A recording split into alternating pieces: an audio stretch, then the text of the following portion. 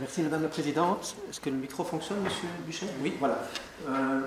Madame la Présidente, Monsieur le Secrétaire perpétuel, chers confrères, Mesdames, Mesdemoiselles, Messieurs, c'est un plaisir et un honneur pour moi d'être présent à la tribune aujourd'hui pour vous parler d'immunothérapie du cancer. Je tiens à saluer le discernement du Bureau quand il a établi le programme des présentations qui a été établi plus d'1 an à l'avance. Il ne pouvait pas prévoir que ça tomberait absolument à pic au niveau timing, vu l'attribution du prix Nobel de médecine il y a quelques semaines à deux pionniers de l'immunothérapie du cancer. Alors, conformément aux desiderata du Bureau, et vu cette actualité, sachant aussi que beaucoup d'entre vous ne sont pas nécessairement spécialistes d'immunologie, plutôt que de présenter les derniers résultats de mon laboratoire, comme j'ai l'habitude de le faire dans les congrès internationaux, j'ai plutôt choisi de vous donner une vue d'ensemble, d'expliquer ce qu'est l'immunothérapie, quel était le cheminement qui nous a permis d'arriver aux résultats cliniques qui sont assez spectaculaires que nous vivons aujourd'hui. En partant du début et vraiment de l'historique. Donc, l'immunothérapie du cancer, c'est vraiment un changement de paradigme. Je veux dire par là que, contrairement à la chimiothérapie, la radiothérapie, qui sont des approches qui visent à tuer les cellules cancéreuses le plus spécifiquement possible, en faisant le moins de dégâts possible aux cellules normales, mais la cible, c'est la cellule cancéreuse. En immunothérapie, ce n'est pas du tout ça. La cible, ce n'est pas la cellule cancéreuse. La cible, c'est le système immunitaire. On essaye de l'aider à rejeter lui-même les cellules cancéreuses. Donc c'est vraiment un changement de paradigme. Ce sont des médicaments qui ne vont pas agir sur les cellules cancéreuses, mais qui vont agir sur le système immunitaire pour renforcer son activité. Alors c'est ce changement de paradigme, cette nouvelle approche qui justifie les succès actuels et qui aussi explique pourquoi, quand elle fonctionne, l'immunothérapie est associée avec une toxicité beaucoup moindre que la chimiothérapie, parce qu'on n'a pas cet effet cytotoxique important. Il y a des effets secondaires auto-immunitaires, mais qui sont en général gérables, j'en dirai quelques mots. Donc ce changement de paradigme a donné des résultats cliniques importants qui ont justifié l'attribution des prix Nobel cette année-ci à l'américain Jim Allison et au japonais Honjo. Jim Allison, que je connais bien par ailleurs, puisque nous avons fait partie du même institut. Il a été abandonné à l'Institut Ludwig, il était à New York à ce moment-là, maintenant il est parti au Texas. Et il a visité notre laboratoire à plusieurs reprises, notamment en tant que membre du conseil scientifique pour des évaluations pour l'Institut Ludwig. Alors ce changement de paradigme, il est venu après tout un processus. Ce n'est pas une nouvelle idée. L'idée de stimuler les réponses immunitaires contre le cancer, elle n'est pas nouvelle. Il y a des données expérimentales chez la souris qui suggèrent que le système immunitaire est capable de rejeter les cellules cancéreuses, qui datent déjà des années 50, des années 60.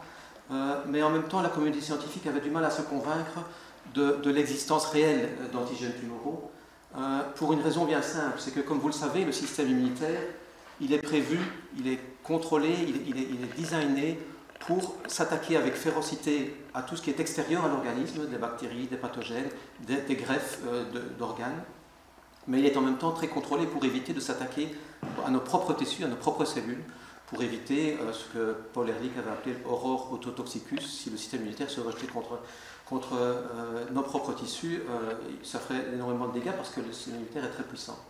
Et donc, quand on pense au cancer, en fait, les cellules cancéreuses, ce sont des cellules de notre propre organisme. Elles sont devenues malignes, elles prolifèrent de trop, mais elles ne sont pas nécessairement très différentes des autres cellules normales de notre organisme. Et c'est la raison pour laquelle la communauté scientifique a débattu pendant plusieurs dizaines d'années sur la question de savoir est-ce qu'il existe ou pas des antigènes, des marqueurs tumoraux qui permettent au système immunitaire de distinguer les cellules cancéreuses des cellules normales. Les outils à l'époque étaient assez limités, on avait des anticorps, même pas encore des monoclonaux, après il y a eu les monoclonaux, et les gens n'arrivaient pas vraiment à identifier des marqueurs sur les cellules cancéreuses qui seraient absents sur les cellules normales.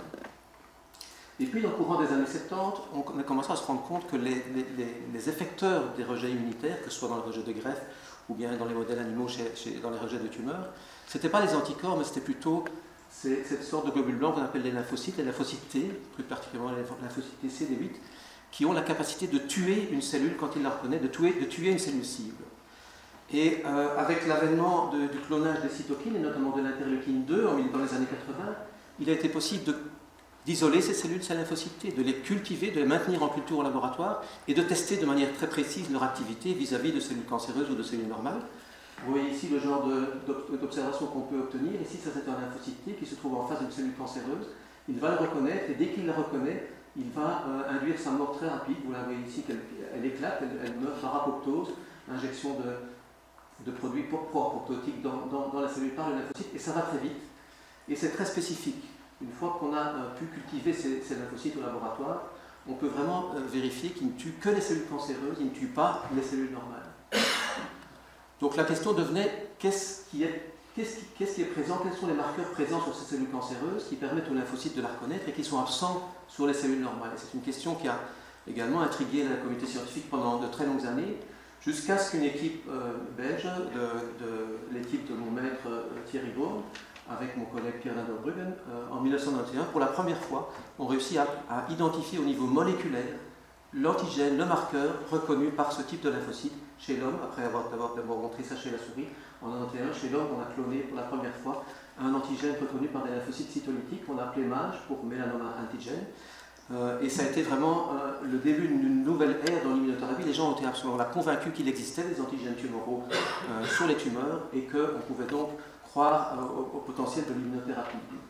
Alors en quoi consistent ces antigènes? Eh bien, en général, ce qu'un lymphocyte T, abbrévié ici CTL, pour cytolytic T lymphocyte, ce que les lymphocytes T reconnaissent sur les cellules tumorales, ou c'est également le cas des cellules infectées par un virus, c'est une toute petite molécule, un peptide de 8 à 9 acides aminés, qui se trouve présenté à la surface de la cellule cancéreuse par une molécule HLA. Ces molécules HLA ont une fente dans leur forme qui leur permet de présenter la peptide. J'illustrerai ça sur la diapositive suivante. Je vais le faire tout de suite. D'abord, insister sur le fait que ce peptide, c'est vraiment ça qui différencie la cellule cancéreuse de la cellule normale, c'est que le peptide, il est présenté par la cellule tumorale, mais il n'est pas présenté par la cellule normale, même si cette cellule normale a la molécule HLA. C'est vraiment le peptide lui-même qui fait la différence. Malgré qu'il soit assez petit, vous voyez ici une reconstruction imagée, je vais essayer de lancer la vidéo, où vous voyez une molécule HLA ici, voilà, avec, vous voyez les deux hélices alpha en vert ici, qui délimitent une fente, et la ligne rouge ici, la barre rouge, en fait c'est le peptide de 8 ou 9 acides aminés, qui se trouve vraiment déposé dans le fond de cette fente, et qui est présenté pour la reconnaissance au lymphocyte T cytolytique. Voilà, on a vu que le lymphocyte verrait, donc c'est ça qu'il va reconnaître. Nous avons chacun 6 molécules HLA différentes, 2 HLA-A, 2 HLA-B, 2 HLA-C, chaque fois un hérité de notre père et de notre mère. Et donc il y a une diversité. Chaque molécule HLA va avoir la capacité de fixer un type de peptide en fonction d'un motif particulier. Et donc on a une diversité de présentation de peptides selon les molécules HLA. Alors d'où viennent ces peptides? Eh bien, ils viennent en général de protéines qui sont à l'intérieur de la cellule, des protéines codées par des gènes exprimées dans les cellules cancéreuses, qui sont dégradées par le protéasome, un complexe protéolytique abondant dans le cytoplasme, en peptides, qui vont être libérés, qui vont ensuite être transférés par un transporteur spécialisé appelé TAP dans le réticulum endoplasmique, où ils vont rencontrer des molécules HLA nouvellement synthétisées, et le complexe va migrer à la surface cellulaire pour la reconnaissance par le CTL. Alors, les premiers exemples qui ont été identifiés, ce sont des peptides qui étaient issus de gènes qui sont exprimés dans les cellules tumorales et pas dans les cellules normales. Et c'était le premier exemple, le prototype des gènes que nous avons appelés des antigènes de type MAGE, tumeur spécifique. Ils sont exprimés dans les cellules tumorales par épigénétique, par déméthylation. Dans les cellules normales, en bas de ce schéma, les gènes sont méthylés, ne sont pas exprimés, et donc c'est pour ça que le peptide n'est pas présenté à la surface des cellules normales. Il y a une exception à cette règle, il y a un type de cellules normales qui expriment quand même les gènes MAGE, ce sont les cellules de la lignée germinale mâle, les spermatogonies, mais ces cellules-là ont la particularité de ne pas exprimer de molécules MHC à leur surface, de molécules HLA, et donc elles ne peuvent pas présenter le peptide. Donc au point de vue immunologique, l'antigène est absent, puisque l'antigène c'est le complexe peptide HLA. Alors, ce travail a continué avec d'autres clones CTL dans nos équipes et dans d'autres équipes dans le monde entier. On a maintenant plusieurs dizaines ou plusieurs centaines d'antigènes tumoraux qui sont identifiés.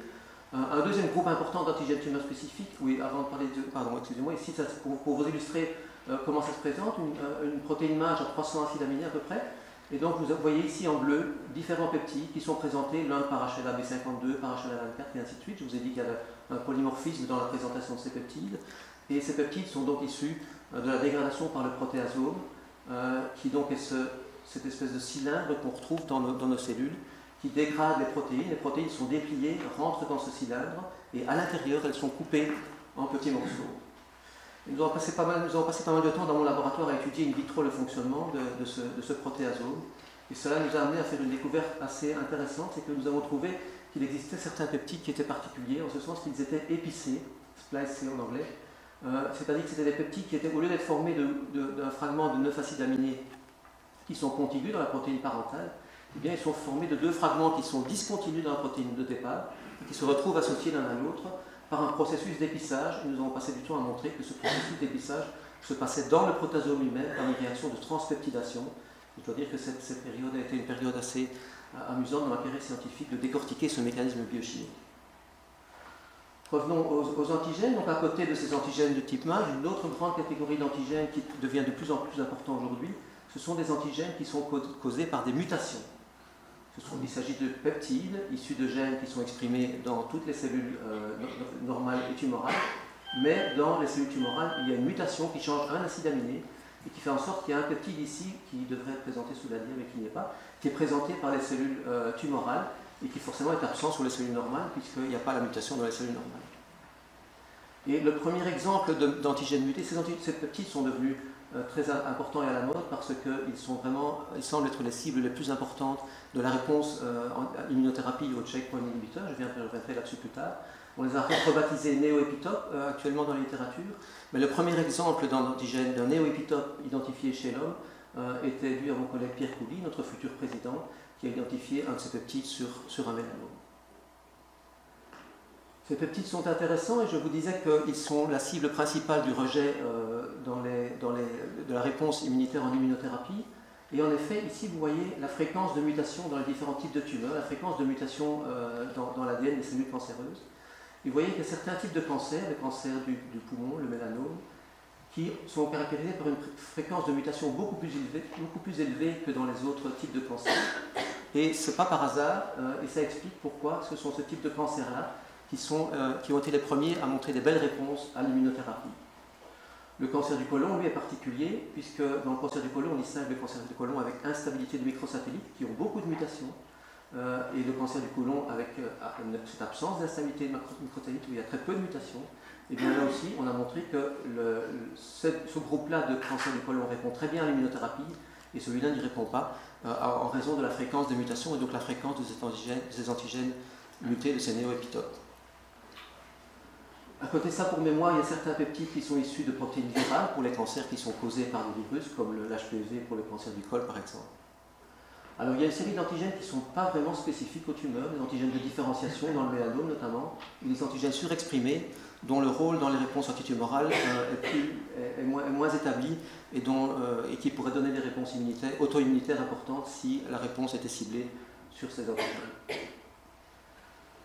Alors, ayant établi le rôle important des lymphocytes T, l'existence de ces lymphocytes T, leur spécificité et leur mémoire, on peut se dire, et c'est un commentaire que je me souviens d'avoir eu fréquemment après les conférences que je faisais dans les années 90 quand je présentais ce genre de résultats, les gens disaient, mais si les tumeurs expriment des antigènes, pourquoi ne sont-elles pas rejetées par le système immunitaire? Et cette question était pertinente, évidemment. Et en fait, la réponse, c'est qu'on pense aujourd'hui que le système immunitaire rejette beaucoup plus souvent des cancers que nous croyons. Nous faisons beaucoup plus de cancers que nous pensons. La plupart d'entre eux sont éliminés par le système immunitaire et on ne les voit pas.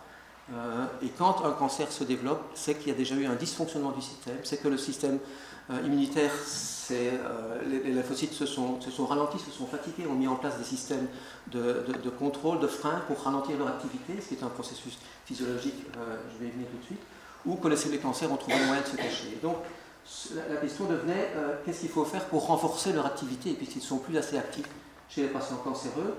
Il y a eu de nombreux efforts de vaccination dans lesquels nos équipes ont participé, qui sont toujours en cours, qui n'ont pas encore fait leur preuve absolue en clinique, mais qui sont en train de vivre un rebond actuellement. Et alors c'est là qu'est venu le développement majeur des checkpoint inhibitors, qui sont des anticorps immunostimulants qui ont été développés et qui ont fait leur preuve en clinique. Alors de quoi s'agit-il? Pour le comprendre, il faut que je vous remontre ici la synapse, l'interaction entre le lymphocyte T en dessous et la cellule tumorale qui présente l'antigène, ou la cellule dendritique qui va stimuler la réponse la première fois, donc peu importe. Donc ici vous retrouvez le peptide qui est présenté par la molécule HLA. Et ici vous avez le récepteur T, qui est ce qui donne la spécificité au lymphocyte T, qui va être spécifique de ce peptide-là, qui va le reconnaître. Et ça c'est le signal majeur, c'est ça qui va donner la reconnaissance et qui va permettre aux lymphocytes T de proliférer, d'acquérir des fonctions effectrices et in fine de tuer la cellule cancéreuse. Maintenant, je disais précédemment, le système immunitaire et les lymphocytes sont très, très dangereux, très toxiques, ils peuvent tuer n'importe quelle cellule, donc tout ça est très contrôlé par une série de molécules de co-stimulation ou des co-récepteurs. Et ce sont sur ces schémas que je dois à mon collègue Pierre Coudy, ces magnifiques schémas. Nous avons deux groupes de co-récepteurs qui permettent de moduler la réponse des lymphocytes. Des co-récepteurs stimulateurs, comme ceux-ci en bleu, et surtout, et c'est ceux-là qui vont nous intéresser, des co-récepteurs inhibiteurs. Alors, à quoi servent ces co-récepteurs? Eh bien, ces co-récepteurs inhibiteurs, ce sont des molécules qui vont induire un signal négatif dans les lymphocytes, qui vont lui dire stop, il ne faut plus proliférer, arrêtez d'attaquer, on se calme maintenant. Et ce sont des molécules qui apparaissent en fin d'activation du lymphocyte T. L'idée, c'est vraiment un rétrocontrôle de la réponse immunitaire. Le lymphocyte va attaquer très fort, donc je vais montrer qu'en 20 minutes, tout se passe. Après quelques heures, ces molécules-là vont commencer à apparaître sur les lymphocytes T et vont induire un signal négatif au lymphocyte T pour lui dire d'arrêter maintenant son travail, dans l'idée que les cellules infectées par un virus sont en principe à ce moment-là déjà éliminées. Ces co-récepteurs inhibiteurs interagissent avec des ligands qui sont présents sur les cellules cancéreuses ou sur les cellules dendritiques, PD-L1 pour PD1 et CD80 pour CTLA4. Et donc ce qu'on va faire en immunothérapie, et ce que Jim Allison a le premier imaginé, c'est de se dire, si on a des freins qui ralentissent l'activité des lymphocytes T, on peut imaginer que ces freins se mettent en place de manière prématurée dans le cancer, ils se mettent en place avant que le cancer soit totalement rejeté, et donc il faudrait désactiver ces freins. Et donc il a mis au point des réactifs, des anticorps bloquants qui permettent d'empêcher cette interaction entre ces récepteurs inhibiteurs et leurs ligands, pour éviter de freiner les lymphocytes et les laisser continuer à faire leur travail le plus longtemps possible jusqu'à ce qu'on élimine les cellules cancéreuses. Et la première cible sur laquelle Jim Allison a travaillé, c'est CTLA4, qui est un antigène présent sur les lymphocytes T, qui avait été au départ identifié par Pierre Goldstein, un chercheur français de Marseille. Il ne savait pas trop à quoi ça servait. Jim Allison s'est rendu compte que c'était un récepteur inhibiteur. Et il a eu l'idée un petit peu par hasard, je pense que c'est une expérience un petit peu qu'il a faite un petit peu sans trop y croire, chez la souris, de voir si, quand on bloquait cette interaction-là, on pouvait augmenter le rejet des cancers. Et ça, c'est vraiment l'expérience Princhett qu'il a publiée en 1996, où des souris porteuses de tumeurs, la tumeur progresse de manière inexorable, mais s'il les traite avec son anticorps bloquant anti-CTLA4, on a un rejet assez impressionnant de la tumeur qui est illustré sur ces diapositives. Alors à l'époque, l'immunothérapie n'était pas encore du tout à la mode, et donc il a fallu beaucoup d'énergie et d'efforts à Jim Allison pour pousser le développement clinique de ce concept. Il n'a pas eu facile à trouver des financements. Pour finalement une biotech appelée Medarex avec Alan Corman l'a suivi et a fait les expériences préliminaires, et il a fallu de nombreuses années avant que finalement BMS soit intéressé et qu'on arrive au développement clinique de l'ipilimumab, qui est le premier agent d'immunothérapie anti-CTLA4 bloquant, qui a fait ses preuves dans le mélanome métastatique. Et ça, c'est la courbe de survie de patients atteints de mélanome métastatique qui ont reçu cet ipilimumab. Et vous voyez que c'est très particulier. On a une courbe de survie, c'est sur 10 ans ici, où au début, les patients continuent à mourir de leur cancer, mais à partir d'un certain moment, la courbe devient horizontale et plate, ne descend plus. Et on a un groupe de patients ici qui sont littéralement guéris. Il faudra attendre qu'ils meurent d'autre chose pour être sûr qu'ils sont guéris de leur cancer. Mais ces patients vont bien, n'ont plus de cancer détectable, plus de mélanome détectable, c'est quelque chose qui ne se voyait jamais dans le mélanome métastatique. Donc c'est vraiment ce plateau de survie qui a suscité énormément d'intérêt et qui justifie tous les efforts subséquents pour développer l'immunothérapie. Alors on peut s'attendre à des effets secondaires, je le dis, puisqu'on stimule l'activité des lymphocytes, eh bien on doit aussi, on ne stimule pas que les lymphocytes T antitumoraux, on stimule aussi les lymphocytes T d'autres, et donc on peut s'attendre à des effets auto-immunitaires. Il y en a, il y a des manifestations auto-immunes de type cutané, gastro-intestinal ou endocrinienne. Au début, dans les premiers essais cliniques, il y a eu des patients qui sont décédés à cause de ça, parce qu'on n'était pas équipés, habitués à reconnaître ce type de manifestation. Aujourd'hui, on a appris, les cliniciens savent les détecter très tôt et peuvent prendre des mesures, arrêter le traitement et donner des stéroïdes pour empêcher que ça ne s'aggrave, et ça donne des résultats. Il n'y a plus de patients qui décèdent suite à ça, et ça n'empêche pas l'efficacité thérapeutique. Il a fallu changer aussi les habitudes des oncologues, parce que vous voyez que les effets sont assez tardifs. Il faut attendre vraiment 1 à 2 ans avant de voir vraiment cet effet. Et c'est très, très différent par rapport à la chimiothérapie, où là, on a une fonte tumorale assez rapide dans les quelques semaines qui suivent la chimiothérapie, parfois après avec des rechutes plus tardives. Donc si on appliquait les critères habituels d'évaluation de l'efficacité des agents anticancéreux, l'immunothérapie n'était pas, en général, ne sortait pas vraiment positive. On a même parfois chez certains patients des pseudo-progressions, donc la tumeur commence par devenir plus grosse, vraisemblablement liée à l'inflammation et aux lymphocytes T qui rentrent dans la tumeur, et puis elle disparaît. Donc on a dû mettre au point, les cliniciens ont dû mettre au point des nouveaux critères d'évaluation qui prennent en compte ces particularités de l'immunothérapie. Alors, Onjo, le deuxième lauréat du prix Nobel de cette année, lui a travaillé sur PD1, qu'il avait cloné il y a déjà longtemps, au début des années 90 également. Il a, au bout de nombreuses recherches chez la souris, il s'est rendu compte que c'était aussi un récepteur inhibiteur. Et donc, sur base du développement que Jim Manison avait fait pour CTLA4, il a proposé que PD1, l'interaction PD1-PD1, soit aussi une cible d'immunothérapie. Et BMS, qui entre-temps avait déjà les résultats intéressants avec l'ipilimumab, a embrayé et a développé en clinique le nivolumab, qui est le premier anticorps anti-PD1 bloquant, qui a d'abord été testé dans le mélanome et qui a donné des résultats supérieurs à l'ipilimumab. Au lieu de 20 à 30% de réponse, on avait jusqu'à 50% de réponse, avec moins de toxicité, ce qui est peut-être lié au fait, si je reviens en arrière, que les ligands de PD1 sont des ligands qui sont exprimés principalement sur les cellules cancéreuses, alors que les ligands de CTLA4 sont exprimés un petit peu partout, et donc dans les cellules lymphoïdes, et donc on cible un peu mieux les lymphocytes T antitumoraux en ciblant PD1, PD1. Aujourd'hui, donc, après ses succès dans le mélanome, ça a été testé dans différents types de cancers, et même si CTLA4 est resté uniquement utile dans le mélanome, PD1, lui, est devenu utile. Les anti-PD1 ont montré leurs preuves dans toute une série de cancers, pas seulement le mélanome, mais le cancer du poumon, le cancer du rein, le cancer, la maladie de Hodgkin, le cancer de la sphère ORL, cancer de la vessie, les cancers du côlon qui sont avec instabilité microsatellite, les cancers, d'autres types de cancers du poumon, et ainsi de suite. Vous voyez que la liste, il ne se passe pas 1 ou 2 mois sans qu'on apprenne une nouvelle indication et approbation par le FDA pour un nouveau type de cancer qui répond à l'immunothérapie. Ce sont des patients qui vont bien, vraiment la toxicité est très limitée.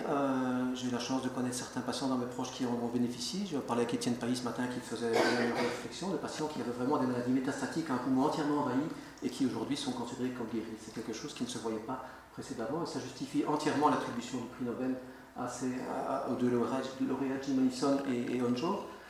Ceci dit, ça ne doit pas nous faire oublier le fait qu'il y a tout un travail en amont, et c'est ce que disait ici dans cet éditorial écrit par l'éditeur en chef de la revue anglaise Immunologie, où il insiste sur le fait que les découvertes importantes sont précédées de parfois jusqu'à 30 ou 40 ans de recherche importante.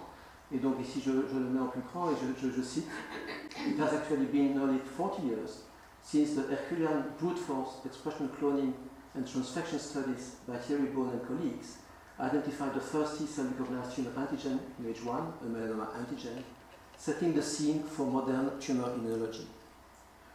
Donc je crois qu'on peut être fier de compter parmi les équipes belges, parmi un membre de notre compagnie, un des fondateurs de cette nouvelle approche thérapeutique qui sauve la vie de très nombreux patients cancéreux. Alors, les défis, quels sont les défis? Eh bien, vous l'avez vu, tous les patients ne répondent pas. Il y a certains types de cancers qui ne répondent pas. Le côlon qui n'a pas l'instabilité microsatellite, cancer du pancréas, glioblastome, il y en a certains autres. Et puis même quand les patients répondent, vous avez vu les courbes de survie, on est très content de voir qu'il y a entre 20 et 40% qui sont guéris, mais il en reste quand même plus de la moitié qui meurent de leur cancer. Que peut-on faire pour eux? Premier défi, c'est, vu ceci, il faudrait essayer d'identifier les patients qui vont répondre. Et ça, ce n'est pas tellement un défi pour ceux qui ne répondent pas, mais c'est plutôt un défi de santé publique, parce que ces médicaments sont extrêmement onéreux, on peut en parler peut-être dans la discussion. Et donc si on parvenait à identifier les patients qui vont répondre, on pourrait limiter les coûts et aussi limiter la toxicité, même si elle n'est pas catastrophique, pour ne traiter que les patients qui vont répondre. Alors quels sont les marqueurs, les biomarqueurs qui permettent de prévoir la réponse? Eh bien, il y a la charge mutationnelle. Je vous ai montré ces graphiques, les cancers diffèrent selon la charge mutationnelle, le nombre de mutations qu'il y a dans chaque cancer, comme je l'ai montré ici. Donc il y a certains types de cancers avec plus de mutations, ils répondent mieux. Mais aussi, au sein d'un même type de cancer, certains patients ont une tumeur avec plus de mutations que d'autres patients. Et ceci est corrélé avec la réponse à l'immunothérapie. Ceux qui ont plus de mutations dans leur cancer vont répondre de manière plus importante à l'immunothérapie, il y a des travaux en cours pour essayer d'utiliser cette charge mutationnelle, Tumor Mutation Burden, comme on dit, TMB, comme marqueur prédictif de réponse. Un autre marqueur, le ligand prédictif de réponse qui a été étudié mais qui n'est pas encore vraiment rentré en routine, c'est l'expression de PDL1, le ligand de PDL1. C'est assez évident qu'il faut que le ligand soit exprimé pour que l'interaction soit efficace et que le blocage de cette interaction soit utile. C'est un marqueur qui est efficace mais qui n'est pas absolu, donc il n'est pas encore vraiment utilisé. Alors l'autre défi le plus important, c'est comment augmenter le taux de réponse, comment remonter cette courbe de survie jusque le plus haut possible. Il y a différentes approches qui sont utilisées. Puisque maintenant on connaît différents checkpoint inhibiteurs, différentes molécules, on peut les combiner, et ça a été fait. Je vous ai montré, si je vous remonte cette courbe de survie ici, où on avait l'anti-CTLA4 ici, l'anti-PD1 ici, et là on a la combinaison des deux. On a une survie encore à améliorer, c'est vrai, mais accompagnée d'une toxicité qui devient vraiment, dans ce cas-là, assez importante. Et les cliniciens n'aiment pas, même si c'est approuvé dans le mélanome, cette combinaison, les cliniciens n'aiment pas de la donner parce qu'ils ont des effets secondaires assez catastrophiques. Les gens doivent revenir aux urgences choc et ce genre de choses. Une autre raison pour laquelle certains cancers ne répondent pas, c'est la notion qu'ils peuvent ne pas avoir de réponse immunitaire antitumorale spontanée, ce qu'on appelle des tumeurs froides, les cold tumors. Et c'est assez évident à comprendre, puisque ces molécules agissent en boostant, en stimulant les lymphocytes T antitumoraux, il faut qu'ils soient là au départ pour que la molécule agisse. Or, il y a certains cancers, certains patients qui ont des cancers dans lesquels il n'y a pas de lymphocytes T, ces patients n'ont vraisemblablement pas développé de réponse immunitaire antitumorale, et donc les checkpoint inhibiteurs n'ont pas d'effet. Ce qu'il faut faire dans ce cas-là, c'est générer la réponse, immuniser ces patients, ou en tout cas faire en sorte qu'ils développent une réponse immunitaire qu'on va ensuite pouvoir booster avec les checkpoint inhibiteurs. Donc c'est l'idée de vacciner par exemple ces patients et puis d'ajouter le checkpoint inhibiteur pour booster cette réponse. Et c'est un des projets sur lesquels je travaille dans mon laboratoire que j'ai créé il y a 2 ans à l'université d'Oxford avec des vecteurs viraux qui sont des vecteurs qui vont donner des fortes réponses CD8. D'autres approches sont étudiées pour essayer d'augmenter l'immunogénicité des tumeurs. La radiothérapie, la chimiothérapie, en relarguant des antigènes, peuvent aussi immuniser le patient contre son propre cancer. Et ce sont des approches qui sont utilisées. Un autre facteur majeur d'étude, c'est d'essayer de comprendre ce qui se passe dans le micro-environnement tumoral, où on suspecte, il y a des évidences dans les modèles souris, qu'il y a un environnement, la tumeur va, pour se protéger de l'attaque immunitaire, va induire une série de mécanismes immunosuppresseurs qui vont bloquer l'efficacité des lymphocytes T. Et donc, il y a beaucoup d'études maintenant pour comprendre ces mécanismes et essayer de bloquer ces mécanismes immunosuppressifs. Il y en a toute une série, je vais en lister ici quelques-uns, mais ce n'est pas exhaustif. Il y a des cellules immunosuppressives qui jouent un rôle important, notamment les lymphocytes T régulateurs. Et ma collègue, notre confrère Sophie Lucas, travaille beaucoup sur comment contrôler ces lymphocytes T régulateurs. Elle a eu l'occasion de faire une présentation ici même il y a quelques mois. Les cellules myéloïdes suppressives sont des cellules qui sont également recrutées dans la tumeur et qui peuvent supprimer la réponse immunitaire également. Nous avons publié l'année passée une étude où nous montrions que les cellules myéloïdes suppressives peuvent induire l'apoptose des lymphocytes T, donc on peut imaginer des approches pour empêcher ce phénomène. Nous avons aussi beaucoup étudié le catabolisme du tryptophane et le développement d'idéoinhibiteurs. Quelques dias pour illustrer ceci. Nous avons montré, ça fait déjà quelques années, en 2003, que les cellules cancéreuses exprimaient de manière importante un enzyme qu'on appelle l'indolamine dioxygénase, IDO, qui est également exprimé dans le placenta et qui contribue au fait que le placenta, que l'embryon, même s'il est d'origine en partie paternelle, n'est pas rejeté par le système immunitaire de la mère. Parce que cet enzyme qui dégrade très rapidement le tryptophane, il est intracellulaire, le tryptophane va rentrer dans la cellule, il va en résulter une diminution importante de la concentration de tryptophane dans le micro-environnement, et ça c'est très mauvais pour les lymphocytes T, ils ne supportent pas l'absence de tryptophane, ils vont s'arrêter de proliférer, ils sont littéralement paralysés. En plus, l'IDO va produire de la clinurénine, un sous-produit du tryptophane, qui lui-même va également avoir des effets immunosuppresseurs. Donc ceci avait suggéré l'idée de développer des inhibiteurs d'IDO pour bloquer ce mécanisme, c'est fréquemment exprimé dans les cancers, donc si on bloque l'activité d'IDO, on devrait renforcer l'efficacité de l'immunothérapie, et c'était l'objectif de cette spin-off que j'ai créé, que Madame la Présidente a eu la gentillesse de rappeler, Ethos Thérapeutique, qui a été créée en 2012, une spin-off de l'UCL et de l'Institut Ludwig, pour développer précisément ça, des inhibiteurs d'IDO. Et nous avons, Ethos a identifié un candidat clinique qui est efficace ici dans un modèle souris, où on voit dans ce modèle de cancer du côlon chez la souris, une anti-PDL1 seul, c'est la courbe orange ici, n'a pas d'effet. Quand il est combiné avec l'inhibiteur d'IDO, on voit qu'on a un effet antitumoral plus important. Donc ce programme a été mis en partenariat avec Pfizer, qui a fait un essai clinique de phase 1 qui était concluant. Et donc maintenant on est au stade où on doit démarrer la phase 2. C'est pour l'instant un petit peu en stand-by pour la raison suivante, c'est qu'il y a une société concurrente, Incyte, qui a développé également un inhibiteur d'IDO qui a été en essai clinique de phase 3. Cet essai clinique de phase 3, les résultats ont été publiés l'année dernière, et il a été négatif en combinaison avec l'anti-PD1. Et donc, pour l'instant, les gens se tâtent un peu de savoir si ça vaut la peine encore d'investir dans un essai clinique. Nous pensons que oui, parce que cette molécule-ci a des avantages. La molécule qui a été testée par Incyte n'était pas optimale, elle a été dosée à une dose suboptimale. Les patients n'ont pas été sélectionnés pour des patients qui auraient une tumeur exprimant l'IDO. Donc, nous pensons qu'il y a encore de l'avenir pour développer des inhibiteurs d'IDO. Une autre approche pour bloquer l'activité d'IDO plutôt que des inhibiteurs, c'est de réprimer l'activité d'IDO dans les cancers. Nous avons publié l'année dernière une étude avec Marc Ménelcar dans laquelle nous montrons que quand IDO est exprimé dans les cellules cancéreuses, en fait, c'est suite à une boucle autocrine de production de prostaglandine. Cette tumeur exprime aussi COX-2, qui va induire la production de prostaglandine, qui va agir de manière autocrine sur les récepteurs à prostaglandine, activer les voies de signalisation PI3K et PKC et induire l'expression d'IDO. Ceci est intéressant parce que ça veut dire qu'on peut utiliser des inhibiteurs de COX-2 qui sont approuvés en clinique, comme célécoxib, pour réprimer l'expression d'IDO. Nous avions montré dans un essai chez la souris, avec un modèle de xénocrète ici, NSG, je ne vais pas rentrer dans les détails, nous avons montré que cette tumeur progresse, il n'y a pas de rejet de cette tumeur en l'absence de traitement, mais si on traite avec le célécoxib, on réprime l'expression d'IDO dans la cellule cancéreuse et on permet le rejet de ces tumeurs qui s'accompagnent d'un afflux de lymphocytes T. Donc ça, c'est une voie que nous allons lancer. Ce composé est disponible en clinique, donc les cliniciens Saint-Luc, Jean-Pascal Marquis et Jean-François Bourrin sont en train de préparer un essai clinique où on va combiner le célécoxib avec un anti-PD1 dans ce genre de tumeur. Il y a d'autres approches, ici juste en citer une que ITS est en train de poursuivre. L'adénosine est également un médicament immunosuppresseur qui est produit dans les cellules cancéreuses. Il y a moyen de développer des antagonistes du récepteur de l'adénosine et c'est un des programmes que ITEOS poursuit actuellement. Pour finir, je vois que mon temps est déjà bien passé. Pour finir, je voudrais juste citer en 2 diapositives, puisque ceci est une lecture générale sur l'immunothérapie. Il y a d'autres approches d'immunothérapie qui sont en train de voir le jour et qui sont basées sur la thérapie cellulaire, où là, le principe est différent. Le principe est qu'on récolte les lymphocytes de patients cancéreux, soit du sang, soit éventuellement ceux qui infiltrent la tumeur. On va les amplifier in vitro, en obtenir plusieurs milliards, et puis les réinjecter au patient.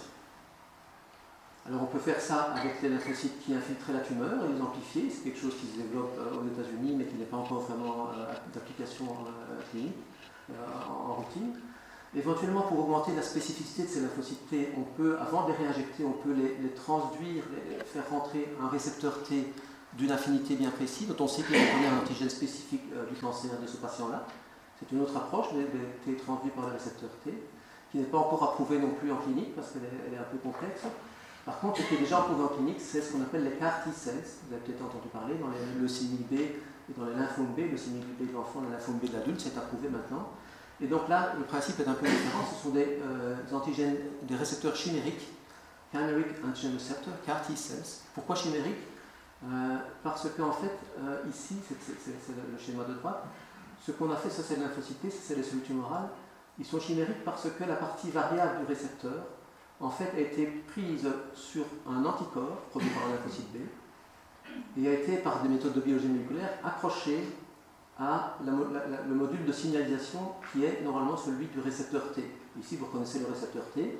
Comme je l'ai montré précédemment, le récepteur T reconnaît un peptide présenté par une molécule HLA. Il est associé à des modules de signalisation, dont la chaîne zeta ici est la plus importante. Et bien ici, on a pris ce module de signalisation et on l'a accroché à la partie variable d'un anticorps. Donc on se retrouve on met ça dans un lymphocyte T, on se retrouve avec un lymphocyte T qui va aller tuer des cellules qui expriment l'antigène reconnu par cet anticorps-là. Il n'y a plus de restriction HLA, c'est plus un peptide qui est reconnu, c'est vraiment un antigène de surface. Alors après, ça pose la question quel antigène de surface on utilise. Il n'y a pas beaucoup d'antigènes qui sont vraiment spécifiques aux tumeurs, en tout cas dans les tumeurs solides. Mais ce qui a fait cette preuve en clinique, c'est des CAR T-cells qui ciblent un antigène propre au lymphocyte B, qu'on appelle CD19, qui est présent sur tous les lymphocytes B, mais aussi sur les leucémies et les lymphomes B. Et donc en injectant des CAR T-cells, on arrive à des résultats cliniques impressionnants dans ces leucémies, qui ont comme corollaire, vous l'aurez deviné, que les lymphocytes B de ces patients-là disparaissent également. Et de manière un petit peu surprenante, je ne serais pas attendu à ça, mais apparemment on peut très bien vivre sans lymphocyte B. Il suffit de vous injecter tous les 15 jours des gamma-globulines humaines et vous vous portez très bien sans lymphocyte B. Voilà, j'en ai terminé. Juste pour remercier les gens de mon équipe, ça c'est mon groupe à Bruxelles et mon petit groupe naissant à Oxford, et les sources de financement qui ont été indispensables pour tous les travaux que j'ai cités. Je vous remercie.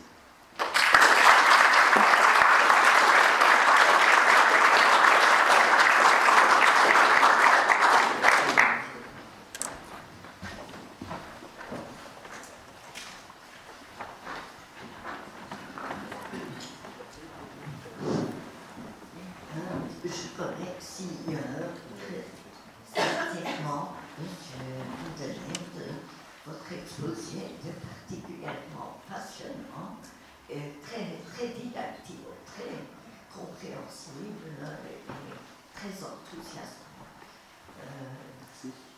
Merci beaucoup. Peut-être avons-nous le temps pour une ou deux questions maximum, plus d'un. Félicitations pour ce superbe travail. Je vais vous poser deux questions. La première, c'était quelle est la fréquence des réactions auto-immunes par l'appel référence? Très fréquent ou moins? C'est de l'ordre de 20 à 30%, je dirais. C'est pas extrêmement fréquent, 20 à 30%, mais on les détecte assez précocement et donc c'est pas un problème. Ça dépend. C'est plus fréquent avec l'ipilimumab qu'avec l'anti-PD1. Donc avec l'anti-CTLA4 c'est plus fréquent, avec l'anti-PD1 c'est relativement, c'est pas plus que 10 à 20%. Et une suggestion peut-être, oui. Est-ce que chauffer modérément la tumeur ne pourrait pas provoquer une réaction, renforcer votre réaction immunitaire? Ça fait partie des approches pour essayer de réchauffer les tumeurs froides qui n'ont pas de réponse immunitaire, la radiothérapie, la chimiothérapie, mais ce genre d'approche, injecter localement, toute une série de choses pour déranger la tumeur, la chauffer localement, c'est une approche. Vous pourriez monter à 41 degrés, oui. 42 degrés, et provoquer une réaction immunitaire. Un choc thermique, oui, c'est une des approches qui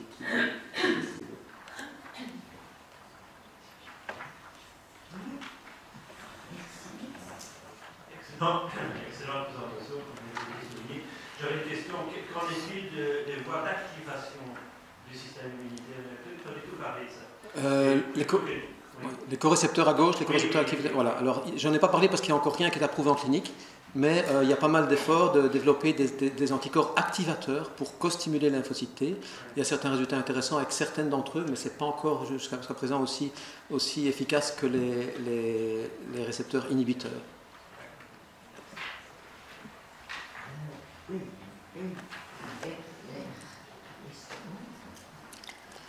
Magnifique résumé, Benoît.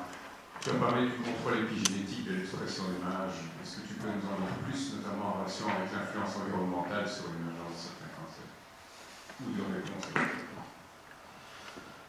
Le contrôle épigénétique, c'est que les gènes MAGE sont méthylés, comme je l'ai dit, et donc dans les cancers, il y a une déméthylation généralisée, une méthylation aberrante avec certaines zones du génome qui sont hyperméthylées, mais d'autres qui sont déméthylées, par des mécanismes qui ne sont pas encore vraiment bien compris, et le rôle environnemental sur ces modifications épigénétiques, je n'ai pas vraiment d'informations sur ce sujet.